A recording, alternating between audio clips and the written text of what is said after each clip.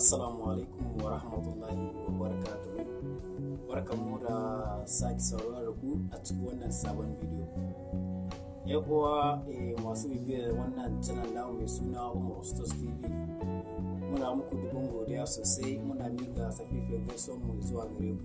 Mun gode sosai, ku ci gaba da kasancewa tare da mu insha Allah.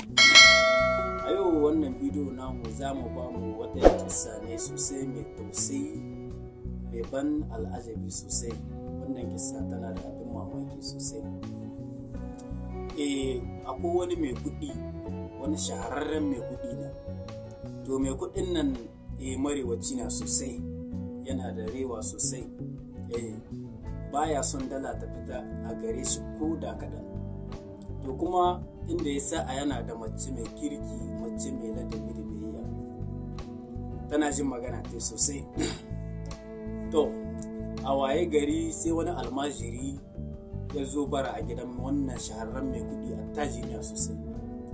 Almajiri yana bara sai mata ta ce mai gida ga almajiri yana bara, mu taimake shi. Sai mai gida ya ce ki kore shi. Ta ce a mai gida mu a taimaka mai, koda da abinci ne a taimaka mai. Sai mai gidan nan ya ce ba na umarce ki da ki kore shi ba. Ita kuma saboda ta yi mai ladabi da biyayya ta bi umarnin mijinta, ba ta son saba mai, ta zai ta kori wannan almajiri. Yadda ya ta yi ranta bai so ba, ranta ya mugun baci, to babu ta ɗaya. Ana na a waye gari a waye gari sai sun karbu da ita da wannan mijin nata, wannan attajirin mai kuɗi.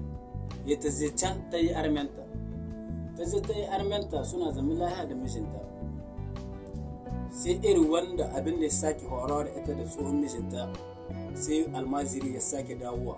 Wani almajiri ya zo yana taimaka mai da sadaka gidan wannan sabon mijinta da take. Sai dan gabanta ya buga, ya tattuno da wancan tsohon mijinta mai kuɗi abin da ya ma wani almajiri. Ya tace ma wannan sabon mijin nata mu taimaka mai kura da abinci na, kamar yadda tace ma wancan tsohon mijinta mai kuɗi. Inda aka yi sa a wannan mijin nata ko yana da tausayi sosai, ba mai kuɗi ne ba amma yana da tausayi. Sai ce to a taimaka mai da abinci, zai ki kai mai abinci. Sai ta ɗauki abinci ta kai ma wannan almajiri.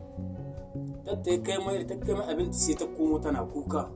Sai ce lafiya mata ta kirki ta kai ma almajiri abinci, maimakon ki farin ciki me yasa ki kuka? Ita ce mai ai ta haɗu da abin mamaki yau. Sai ce mina na, ita ce mai ai wannan almajiri da zo yana bara ai tsohon mijina ne, attajirin mai kuɗi ne, sai zai yana da tsauri kun bai kyauta bai sarrafa. Tsohon mijina ne shi na zo bara. Sai shi kuma wannan sabon mijin nata, ku ji inda Allah ke iko ne, wannan sabon mijin nata sai yana ce mata to ai wancan almajirin da kun ka kora can wannan lokaci tun kina gidan tsohon mijinki mai kuɗi, ai ni na almajirin nan, ni na wanda ni zo mijin ce a kore ni ka a bani ko abinci, to ni na gashi. Ta ce kai na yanzu almajirin da ka zo kana bara? Ya ce ni yanzu kai na almajirin nan wanda ya zo lokacin nan ya tsohon mijina mai kuɗi ya kore shi, kai na yanzu a waye gari kai ne mijina? Ya ce lalle ni na. Shi kuma wancan tsohon mijin naki mai kuɗi ga da Allah ya da shi. To ku uwa mabiya shafe mu, wannan kissa ni kuka fahimta a gare ta? Wannan kissa tana nuna cewa idan kai ne yau, to gobe ba kai na ba wani na. Kenan da haka da arzikin da Allah ya baka, ka tashi tsaye ka taimaka majakiri, ka taimaka matalaka da miskinai da ƴan uwanka da wannan arziki, ka taimaka musu domin ka gina lahirarka. Kuɗi ana sayan aljanna da kuɗi, saboda ka yi aiki mai kyawu da kuɗin domin ka gina lafiyarka.